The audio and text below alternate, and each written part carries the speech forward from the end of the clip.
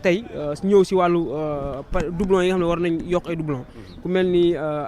Aliou Mamadou Dia moom 202 la war a yokk ci région Diourbel Aliou Ngouye Ndiaye moom 1009 doublon la war a yokk Malick Gakou moom war a yokk 3449 Maître El Hadji Diouf yaa ngi koy wax sànq près de 3000 4000 doublon la war a daal régulariser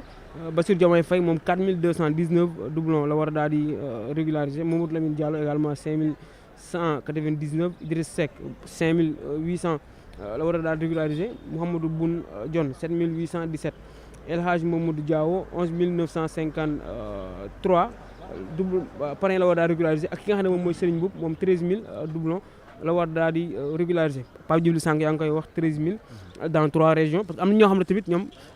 par rapport ak région yi nga xam ne moom lañ war a daal di yokk li nga xam ne moom mooy ay doublon Thierno Alassane Sall également près de 14000 doublons Souleymane Ndéné Ndiaye 18669 la war daal di régulariser Aminata Touré 18980 ak 4 régions la war daal di régulariser Bougane Gueye 18996 Amadou Ly près de 24000 doublons Rose Wardini moo si ëppale moom mu war a régulariser lu toll si 31000 li nga xam ne moom mooy doublon sànq ñu ngi koy wax candidat yi nga xam ne ñoo jàll d'office ku si mel ni Boubacar Camara Cheikh Tidiane Dièye Déthié Fall Daouda Ndiaye Karim Meïssa Wade Habib Sy Khalifa Ababacar Sall Anta Babacar Ngom ak ki nga xam ne moom mooy Amadou Ba donc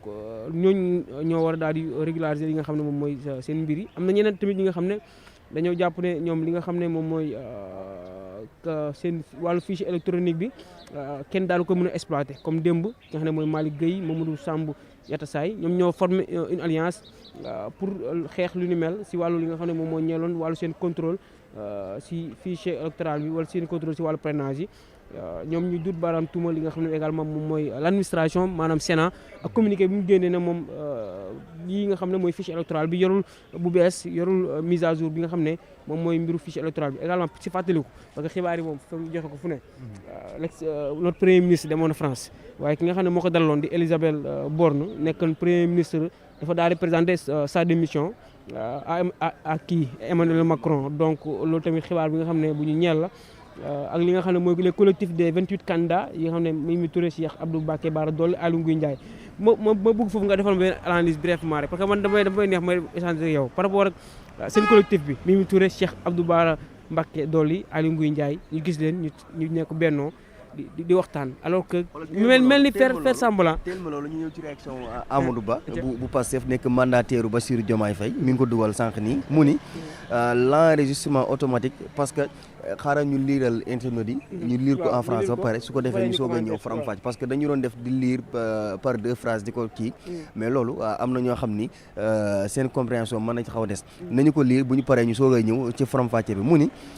l'enregistrement automatique des données de la clé USB lors du dépôt des fiches de parrainage mu ni problème juridique et politique.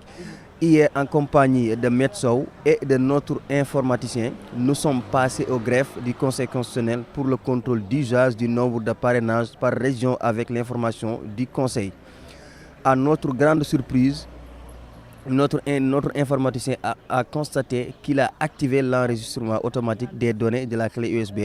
Notre informaticien lui a fait remarquer que cet enregistrement automatique des données rendait nul inefficace le scellé de la clé USB par le greffe parce que les données se retrouvent copiées dans son ordinateur. L'information du Conseil constitutionnel a évoqué une décision de ce dernier autorisant cet enregistrement des données. Sauf que lui, en tant que simple informaticien, n'est pas assermenté et il a sa possession toutes les données de toutes les clés USB des candidats sur son ordinateur. Quelle est la procédure de sécurisation des données enregistrées? Qui les contrôle? Qui a accès à l'ordinateur de l'informaticien du Conseil constitutionnel? Voilà un énorme problème découvert hier et qui devrait pousser le président du Conseil constitutionnel à admettre des failles réelles dans la procédure de contrôle des parrainages. moom Amadou bu Pastef voilà ñu ñëw ci def ko faram-fàcce par ndànk ba ndànk mu ni lu jëm ci wàllum enregistrement automatique ci wàllu données clé USB yi ñeel dépôt des fiches de parrainage yi loolu dafa jàpp ni problème juridique am na ci et politique maanaam ñaari problème la boole mu ni ki démb bu mu ànd ak ki la di Maître Sow ak seen benn informaticien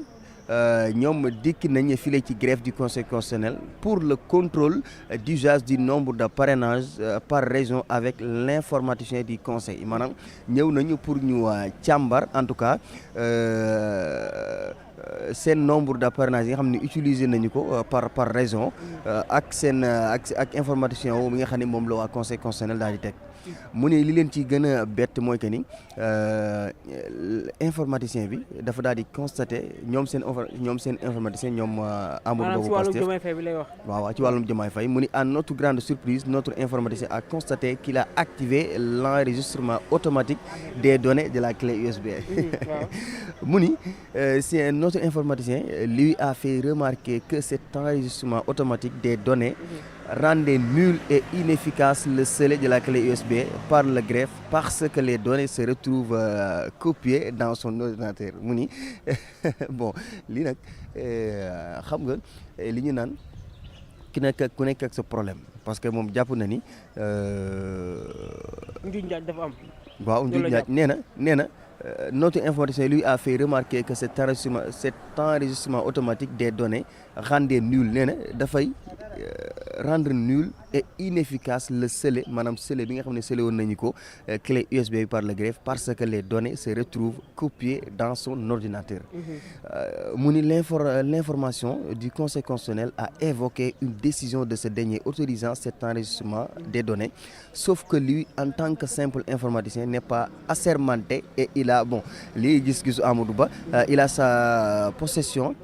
toutes les données de toutes les clés USB des candidats sur son ordinateur mu samp et laaj mu ni quelle est la procédure de sécurisation de données enregistrées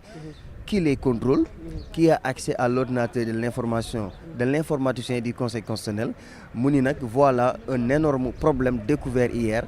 et qui devrait pousser le président du conseil constitutionnel à admettre des failles réelles dans la procédure de contrôle des parrainages kon xam nga man nu ma comprendre bataaxal bi parce que mu ngi wax wàllu clé USB mu ngi wax également wàllu li nga xam ne moom mooy nu ñu exploiter seen données maanaam kan mooy profiter si li nga xam ne moom mooy les données qui sont récupérées fi nga xam ne moom mooy au niveau du conseil constitutionnel parce que pour fàttali si wàllu parrainage turu ki la parrainé ku ne dina nekk si biir parrainage bi signature am dina fa nekk ak données yooyu noonu kan moo koy daal di saytu est-ce que c'est pas le conseil constitutionnel wala ki nga xam ne moom mooy informaticien conseil constitutionnel également parce que moom en dehors ñoom seen ay informaticiens conseil constitutionnel am na informaticien également muy wax tamit également yenn clé yi nga xam ne dañu ko daal di scellé ginnaaw ñenn ñi nga wax ne yaa scellé woon seen clé comme ñu les 9 yi nga xam ne ñoom dañuy jàpp ne seen fichier kenn mënu ko exploiter ñoom tamit loolu la ñu waxoon lu ni mel la ñu waxoon mais pourquoi cette interrogation mooy ça revient toujours si li nga xam ne moom moo ñeel wàllu fichier électoral bi ça revient toujours également mais moom le cas est spécifique moom il explique li nga xam ne moom mooy mbiru dossier wu Diomaye Faye bi nga xam ne tey war na jàll est-ce que dinañ ko bàyyi mu jàll wala duñ ko bàyyi mu jàll mais leen rek la ñu mën a wax que mooy li nga xam ne moom mooy yoon def liggéeyam si yoon loolu mooy lu ñuy wax yoon def liggéeyam si yoon soo waree jàll comme tant d'autres candidats parce que yaa ngi koy am na candidature yi nga xam ne jàll nañ le pourquoi ñu jàll fu ñu jëlee parrainage en tout cas maanaam il y a 1000 questions et sans réponse déjà moom mi ngi lancé alerte te pour kaw Bassirou Diomaye Faye bon nañ ci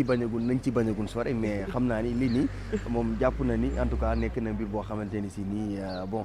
xaw na doy waar Matar ñu nuyu suñu benn papa Abdou Aziz Kébé depuis foofu lay ca Kaolack ñu ngi koy nuyu moom dañu commencé rek ndeke jàpp nañu sànq mi ngi ñuy woo di rafetlu vraiment li nga xam ne moo di liggéey bi macha allah mais itam nuyuñ ko moom kes ñu ngi nuyu bul fàtte waa marché poisson dëgg bi su ceeb jën amee rek ñoom la ni nuy tamit Sénégalais yi ñuy déglu parce que ñuy déglu tamit ñoom sonn nañ trop am ñoo xam tamit yeewooguñu wax lañu jóg yeewu dem naan seen café doo ñëw connecté wu waat xam lu xew si réew mi parce que xam lu xew si réew mi tamit si jaamu yàlla la bokk bu ëllëg nga mën a choisir génn sa carte électeur dem voter si jàmm ak salaam tabb ki nga xam ne moom nga jàpp ne moo war a yóbbu réew mi si li nga xam ne moom mooy yeneen daw yi mais Cheikh dama bëggoon ñëw par rapport ak li nga xam ne moom mooy cette situation tey fan lañ jëm ak Sénégal en 2024 kan ak kan lañ war a tal waxoon nga teg ci sa baaraam mooy voilà ñu ñëw si loolu voilà ñu parce que xam nga tey jii bon Sénégal yi ci bare bari ñoom xam nga nag Olof Njaay day faral wax ne ku ndomin rey sa maam boo séenee lu ñuul da ngay daw tey Sénégal yi ñu ci bare bari jàpp nañ ni ñoom lu ñu dal France moom moo ñu ko teg moom moo ñu ko yóbbee te en réalité